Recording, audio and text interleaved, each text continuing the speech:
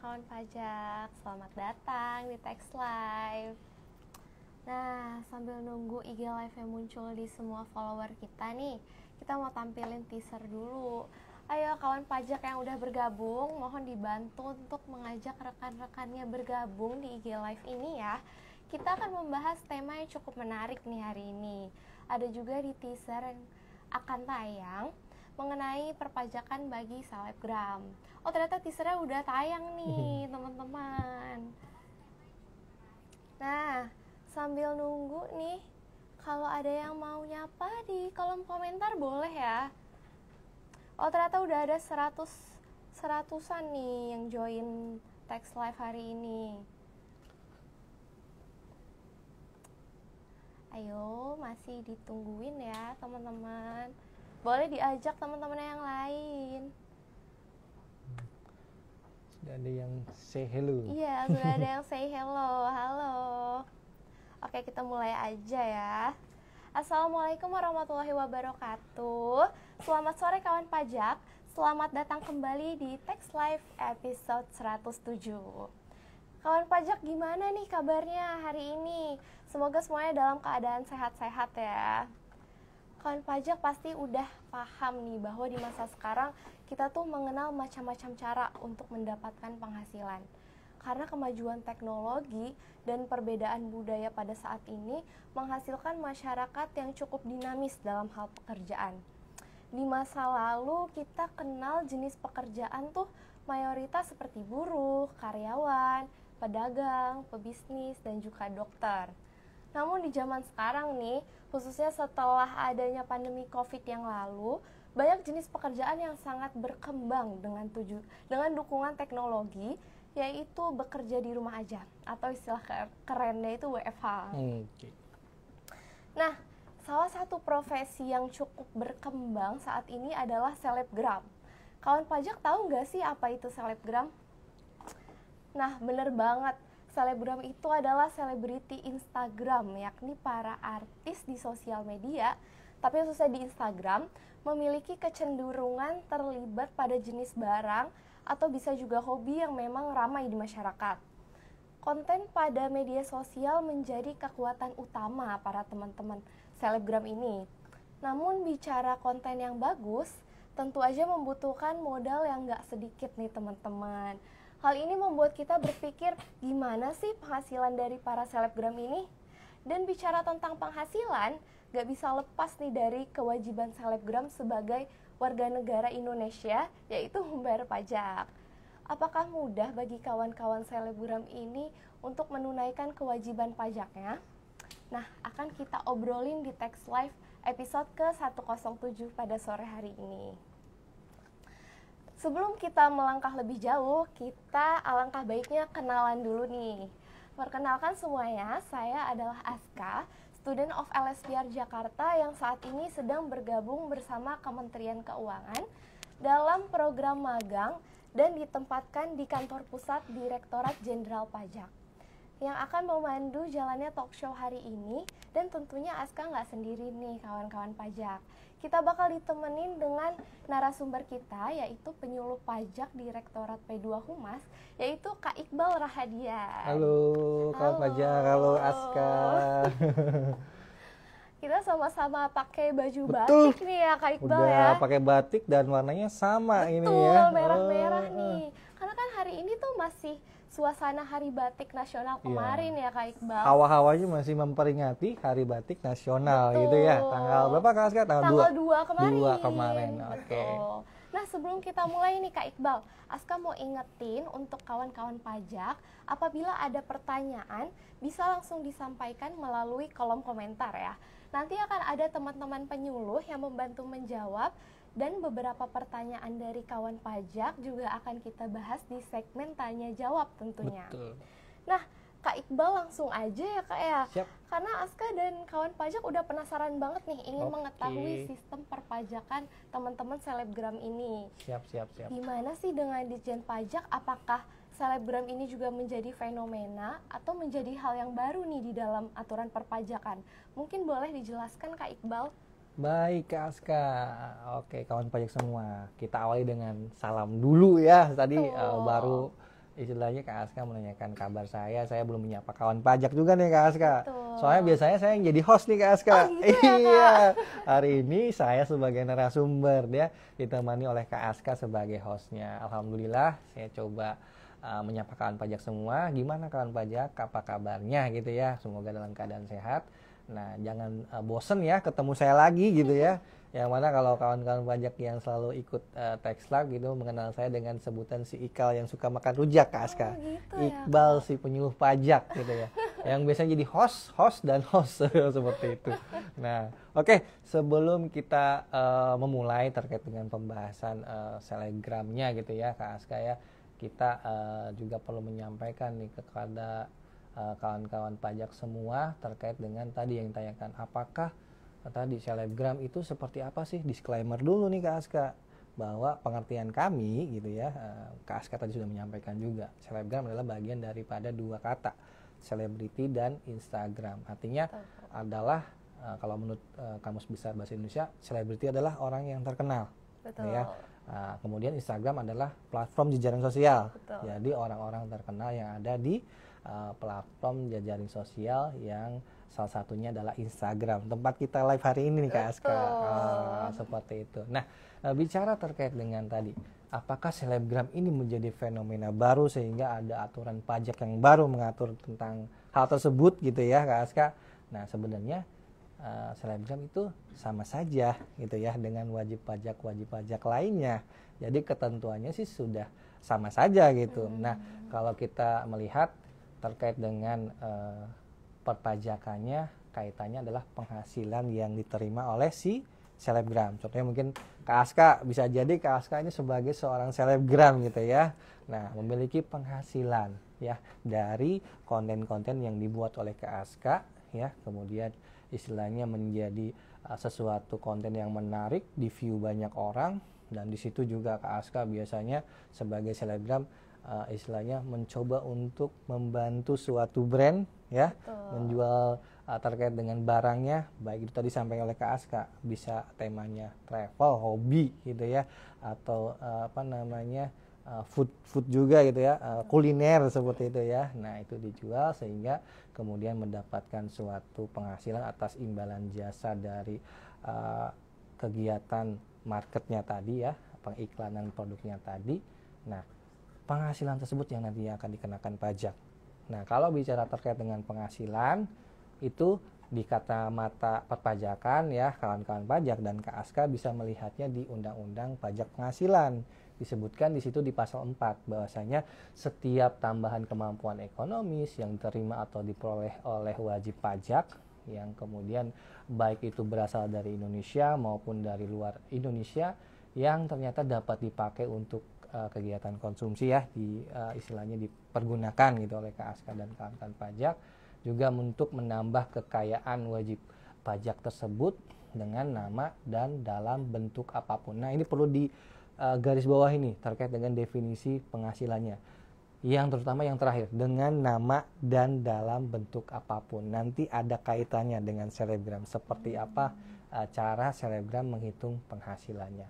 Nah, mungkin itu dulu sebagai awalan Kak Aska untuk supaya kita bisa menjelaskan atau menjadi satu frekuensi ketika kita ngobrol ke pertanyaan berikutnya dari Kak Aska gitu. Jadi selebgram ini sebenarnya nggak menimbulkan jenis pajak atau perpajakan baru ya, Kak Iqbal ya. Kalau kita lihat yang selama ini ya benar sih, selebgram tuh memang seperti itu ya Kak ya. Ada marketing, endorse barang, endorse traveling misalkan dan sebagainya. Nah, berikutnya nih mungkin kita mulai masuk ke cara atau langkah-langkah selebgram menjalankan kewajiban pajaknya ya Mas.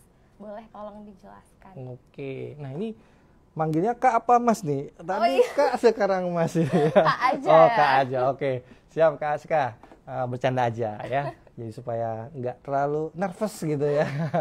Oke, kalau bicara terkait dengan kewajiban atau memenuhi kewajiban perpajakan, tadi kan sudah disampaikan, selebgram itu sama aja dengan wajib pajak lainnya, cuman pekerjaannya saja yang dia lakukan berbeda gitu ya.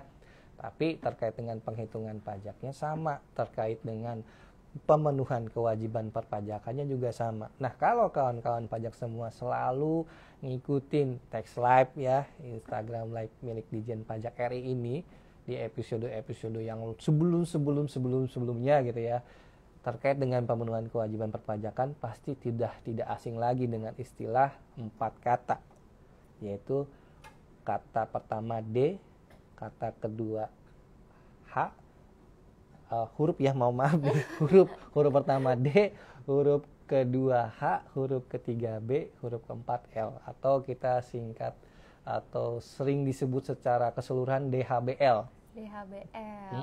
Jadi cara untuk memenuhinya adalah dengan memenuhi 4 rumus tadi, D, H, B, L, daftar, hitung, bayar, dan lapor. Itu adalah kewajiban yang perlu dilakukan oleh wajib pajak.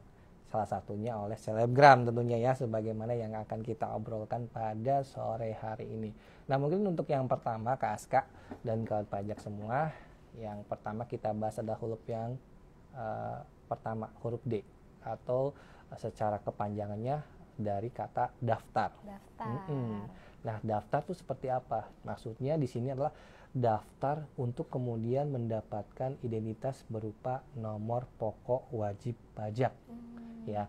Nah, kalau kita bicara terkait dengan ketentuannya, kapan sih seseorang menjadi memiliki kewajiban untuk melakukan pendaftaran NPWP? Nah, misalkan Kak Aska nih, nah sekarang masih student ya, masih student gitu ya, belum punya NPWP. Kemudian nanti kalau udah lulus, punya pekerjaan gitu ya, itu pasti harus punya NPWP Kak Aska gitu ya. Karena kan harus bayar pajak.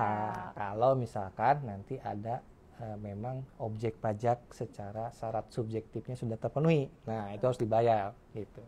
Nah, kalau melihat ketentuannya nih Kak Aska dan juga kawan pajak, jadi supaya Kak Aska nanti dan kawan pajak yang memang baru akan bekerja nanti ya, kemudian membutuhkan NPWP sebagai syarat dalam pemenuhan kewajiban perpajakannya antara Kak Aska dan juga pemberi kerjanya gitu ya. Nah, perlu diperhatikan juga nih, perlu memahami kenapa Kak Aska kemudian menjadi wajib punya NPWP gitu ya. Nah, kalau kita lihat di pasal 2 Undang-Undang KUP ya, terkait dengan ketentuan bahwa setiap wajib pajak ketika dia memenuhi persyaratan subjektif dan persyaratan objektif sesuai dengan yang diatur oleh ketentuan di undang-undang gitu ya Kak Aska ya, terkait dengan perpajakan, nah dia menjadi ada kewajiban untuk mendaftarkan diri ke Direktorat Jenderal Pajak yang kemudian mendapatkan NPWP, nomor pokok wajib pajak. Nah, itu juga perlu menjadi apa ya istilahnya highlight atau notifikasi buat trigger lah gitu ya buat kawan-kawan pajak, terutama selebgram, yang mana kalau kita lihat ya selebgram untuk sekarang ini kata Kak Aska bilang tadi apa kontennya bagus, dapat penghasilan, cuan gitu ya.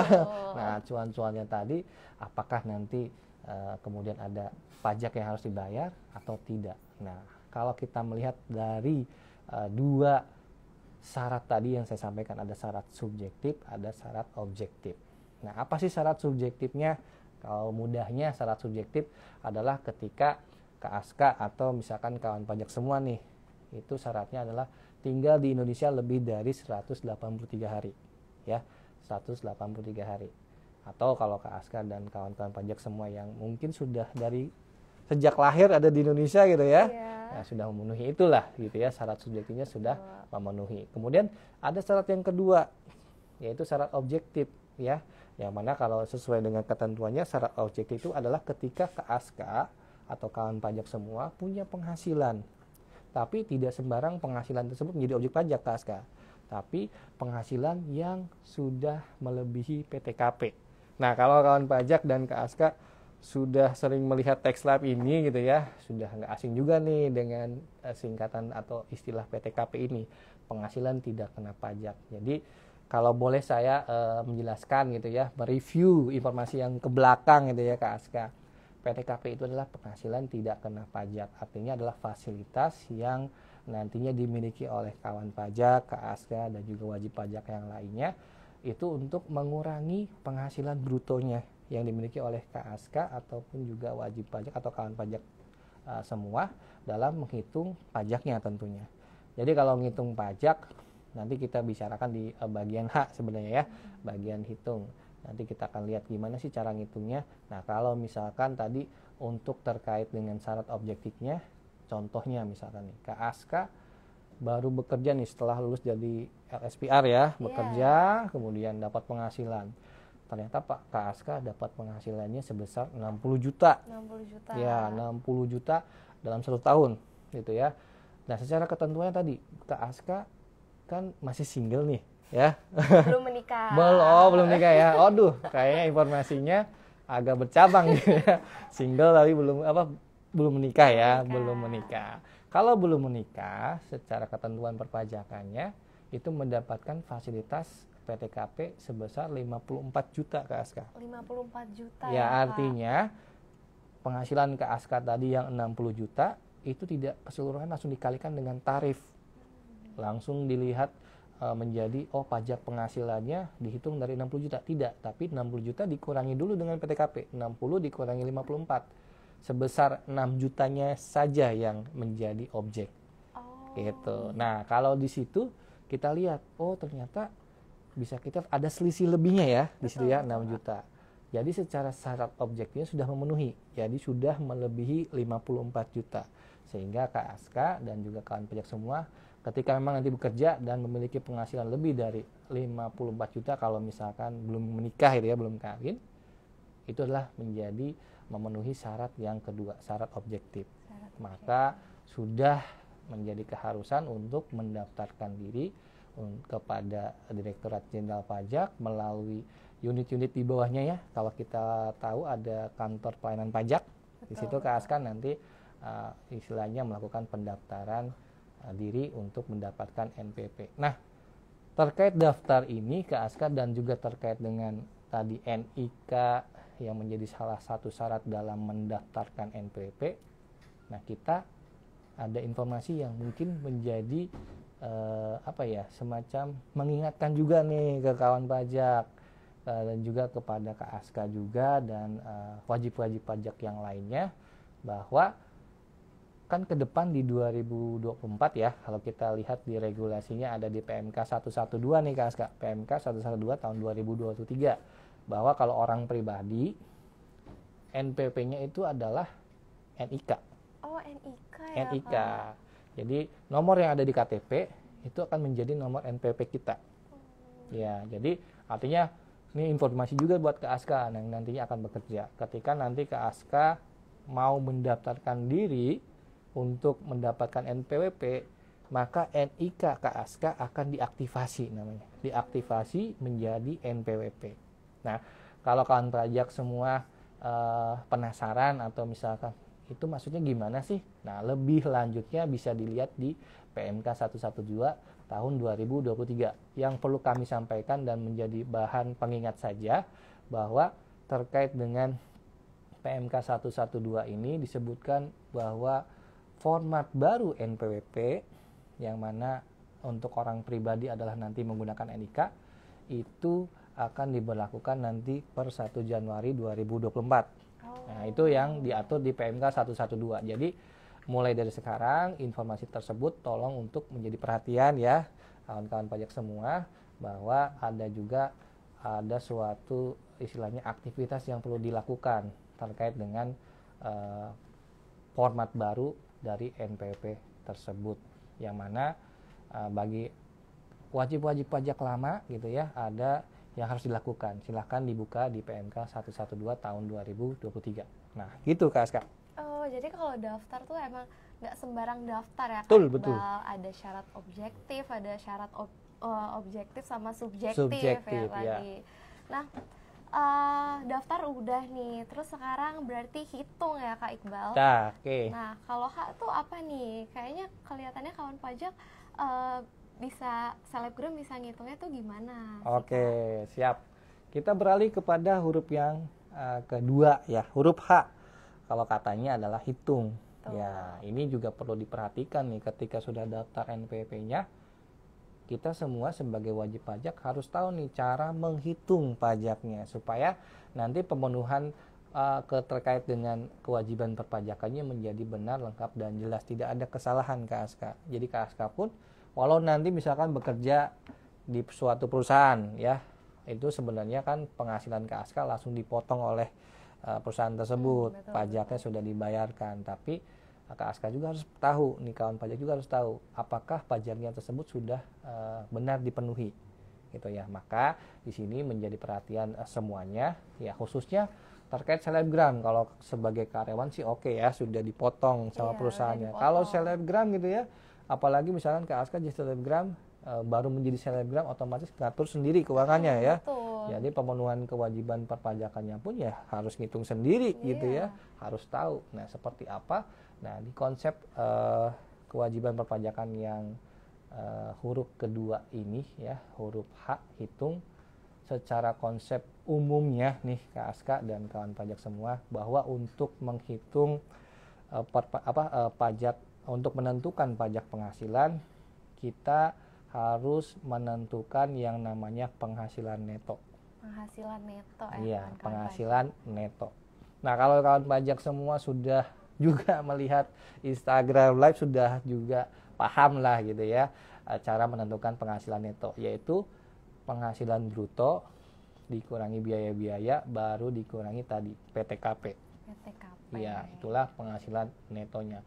Secara konsep pajak umumnya, kalau kita mau ngitung pajak penghasilan kita tentukan penghasilan brutonya berapa, terus kita kurangkan dengan biaya-biayanya berapa, dikurangkan lagi dengan PTKP sebagai fasilitas pengurangnya lagi. Kalau ada selisihnya, itulah yang nanti kita kalikan dengan tarif umum, yaitu sebagaimana diatur di pasal 17 Undang-Undang PPH ya, terkait dengan kalau sekarang ada ketentuan yang baru di Undang-Undang HPP, ada 5 lapisan tarif. Kalau dulu 4 lapisan tarif Kak Aska. Sekarang nambah nambah satu. Nah, itu diatur di pasal 17-nya. Nanti silakan dilihat selisihnya berapa.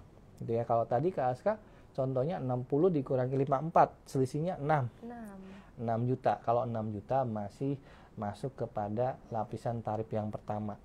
Gitu ya, lapisan tarif pertama. Kalau misalkan nanti dihitung Kak Aska berkembang, sukses gitu ya, penghasilan juga lebih banyak gitu ya, bisa jadi mencapai 5 miliaran gitu ya. Wah. Amin. Nah, bisa jadi tidak hanya di lapisan pertama, tapi bisa ke lapisan kelima gitu ya, yang maksimal sebesar 35%.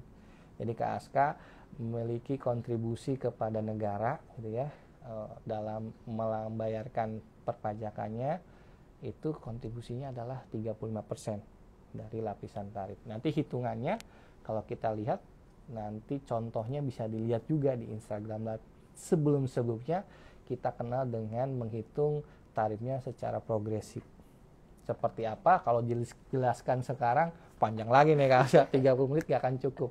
Nanti silakan dilihat saja cara penghitungannya seperti apa. Yang pasti dalam rangka menghitung, kita tentukan dulu penghasilan netonya, baru kita kalikan dengan tarif.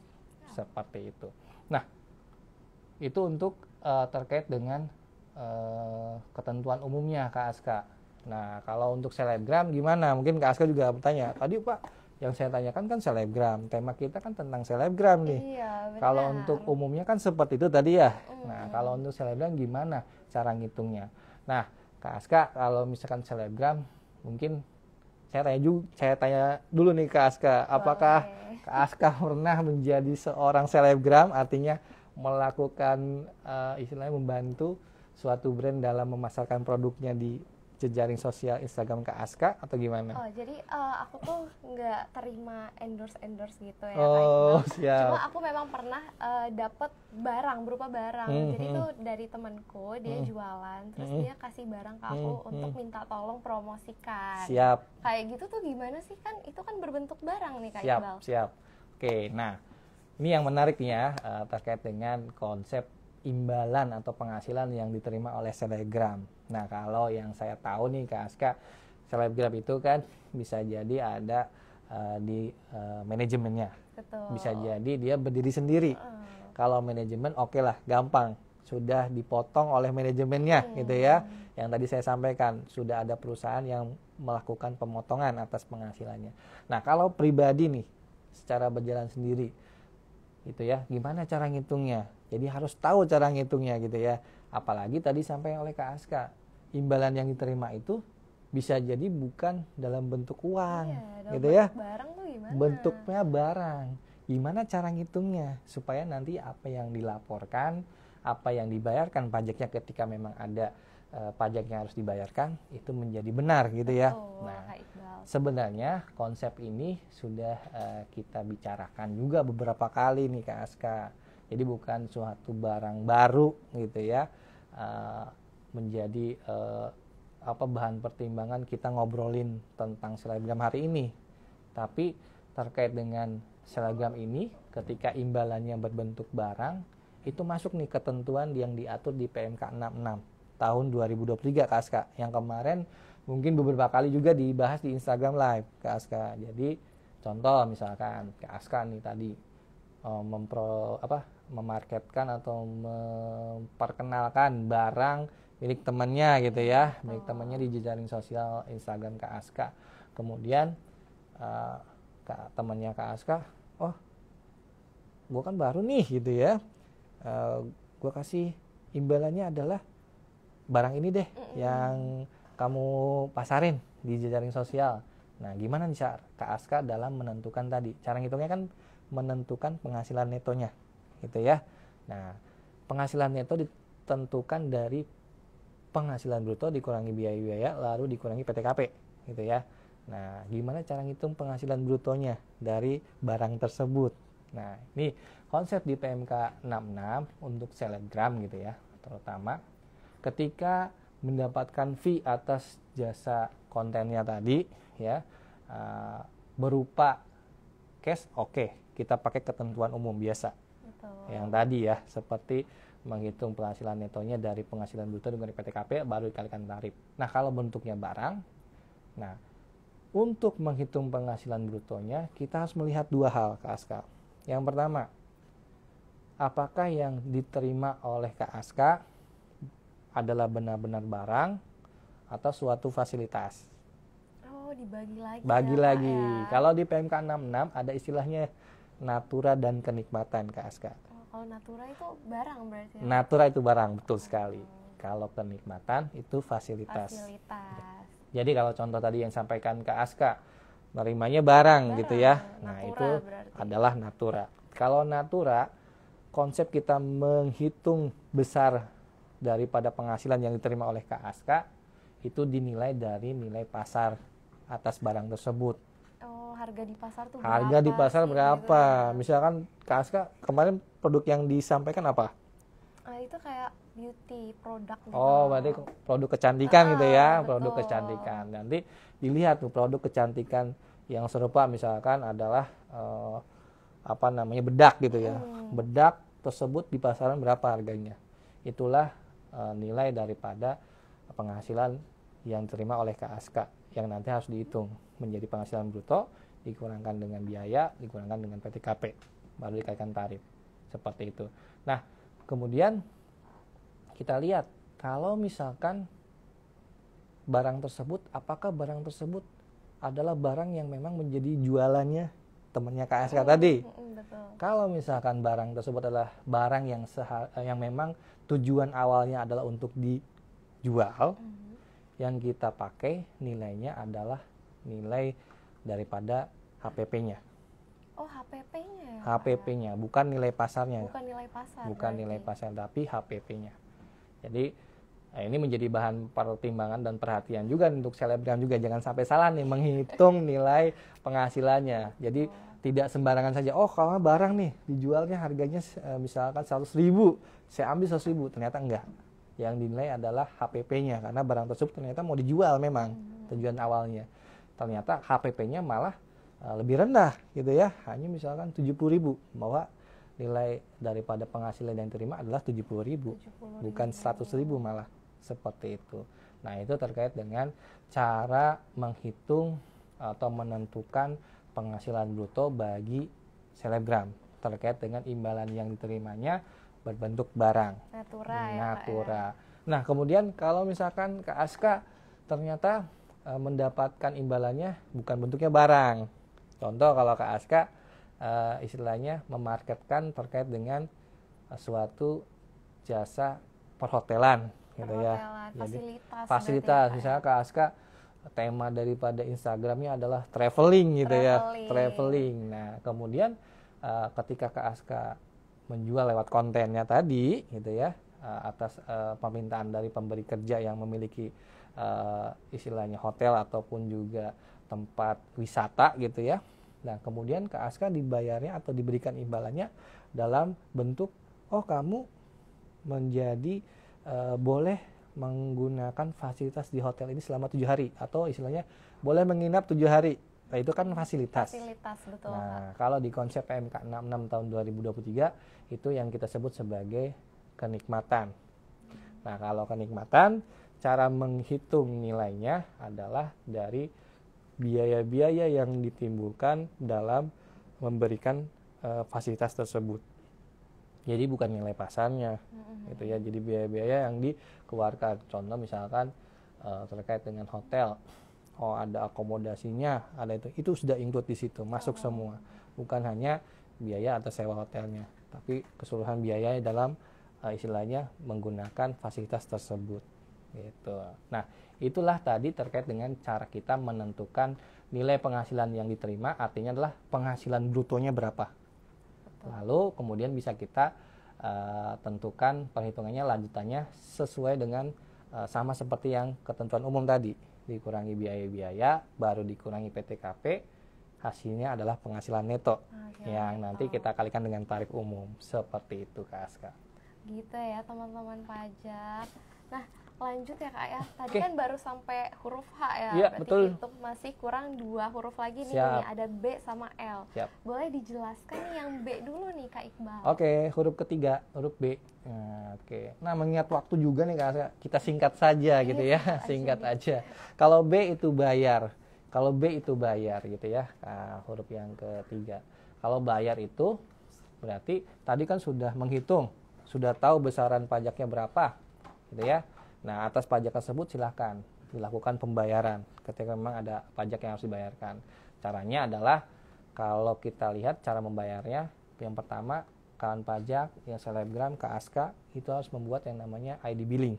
ID billing nanti dibuat di ID billing di DJP online ya milik Kak Aska atau juga kawan pajak semua. Nanti kemudian ketika sudah dapat ID billingnya atau istilahnya kode booking lah kalau travel gitu ya, kode bookingnya gitu ya, silakan bayarkan, bisa melalui teknologi online banking, bisa langsung juga datang ke bank persepsi gitu ya, kantor pos juga bisa dengan cara menunjukkan ID billingnya. Nah itu nanti akan secara otomatis tergenerate. Oh saya mau bayar pajak PPh pasal 21, oh saya mau bayar PPh terkait dengan tahunan PPh pasal 29, nanti sudah tergenerate, tinggal dibayarkan saja. Seperti itulah konsep terkait dengan pembayaran atau huruf ketiga dari kewajiban yang harus dilakukan dalam pemenuhan kewajiban perpajakan. Gitu. Itu yang B ya, berarti tinggal yang lapor. Tinggal yang keempat lapor gitu ya. Jadi kalau lapor itu mudah saja gitu ya. Tadi sudah hitung, sudah bayar, berarti sudah mengadministrasikan terkait dengan apa saja yang memang menjadi keharusan data informasi yang akan disampaikan untuk dilaporkan. Yang mana kalau lapor ke Aska, lapornya di SPT, surat pemberitahuan ya, surat pemberitahuan. Kalau untuk orang pribadi, ya juga untuk selebgram ada kewajiban untuk melaporkannya di setiap tahunnya. Ya walaupun 1 tahun sekali. Jadi jangan mungkin wajar juga lupa gitu ya. Jadi kita ingatkan kembali ada kewajibannya untuk melaporkan terkait dengan tadi pajak penghasilannya yang sudah dipotong, sudah dihitung dan sudah dibayar, dilaporkan di SPT tahunan. Kalau orang pribadi batas terkait dengan pelaporannya maksimal adalah di tanggal 31 Maret di tahun berikutnya. Artinya kalau sekarang 2023 nih Kak Aska ya. Jadi untuk lapor SP tahunannya untuk tahun pajak 2023 adalah 31 Maret 2024. 31 Maret tahun berikutnya. Iya, caranya seperti apa? Kalau dulu konsepnya konvensional Kak Aska. Jadi lewat manual ngisi gitu. Habis itu datang ke KPP, antri. Kalau sekarang sudah mudah. istilahnya dalam waktu 24 jam selama 7 minggu gitu ya, bisa lapor. Gampang, bisa lapor lewat online gitu. Selagi punya pulsa kuota ya, silakan bisa melaporkan SPT Mudah tahunan. nggak kayak dulu ya? Iya, ribet, betul sulit. sekali. Silakan buka di aplikasinya DJP Online. Itu silakan untuk menu pelaporan SPT bisa diakses di situ dan dipenuhi terkait dengan kewajiban keempatnya yang huruf L tadi, lapor. Siap. Nah, mengingat waktu udah menunjukkan pukul 3:37 ya, kita mau sesi tanya jawab dulu nih Kak Iqbal. Siap. Karena masih pada penasaran nih ternyata. Ada dari kawan pajak namanya Rizky Amelia 456. Ya. Kak Iqbal, untuk selebgram yang mendapat imbalan berupa barang yang menghitung nilai PPh-nya siapa? Selebgram atau si pemberi barang nih Kak Iqbal? Baik, oke. Nah, ini yang kita sudah sampaikan tadi ya, kalau konsepnya selebgram itu kan ada dua sistem. Dia ngikut manajemen atau sendiri, gitu ya, ikut manajemen atau sendiri. Kalau misalkan ikut manajemen berarti yang istilahnya mengatur tentang pemotongan terkait pajaknya adalah si manajemennya. Nanti KASK mendapatkan bukti pemotongannya. Nah, kalau misalkan konsepnya adalah terkait dengan tadi KASK dengan suatu perusahaan langsung kontak langsung dengan perusahaannya gitu ya. Nah, kalau konsep pemotongan tetap dilakukan oleh perusahaan dari KASK istilahnya memberikan layanan berupa pembuatan konten untuk menjual produknya gitu ya. Betul. Itu adalah yang dilakukan oleh selebgram terkait dengan endorsement. Nah, kalau misalkan di situ bukti potongnya dibuat oleh mereka, KASK dipotong. Ya, KASK dipotong, nanti KASK sama dapat bukti potong namanya. Bukti potong. Bukti pemotongan.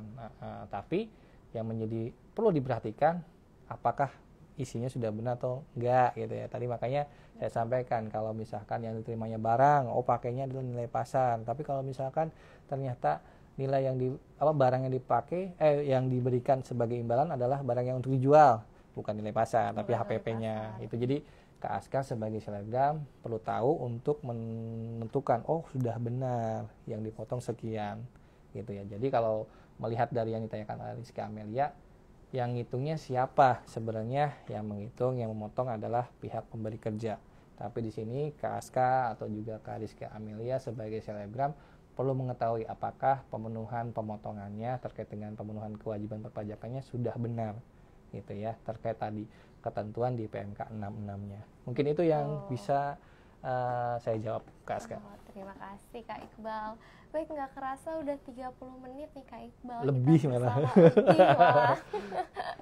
Sedikit yang Aska dan Kak Iqbal sampaikan pada sore kali ini semoga bisa menambah pengetahuan serta keterampilan perpajakan bagi kawan pajak semuanya. Terima kasih atas segala perhatiannya dan mohon maaf atas segala kekurangan dalam penyampaian. Assalamualaikum warahmatullahi wabarakatuh.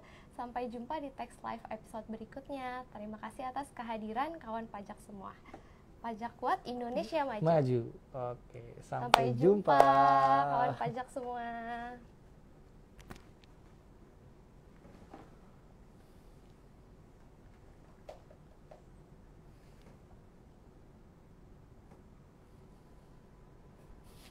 Hehehe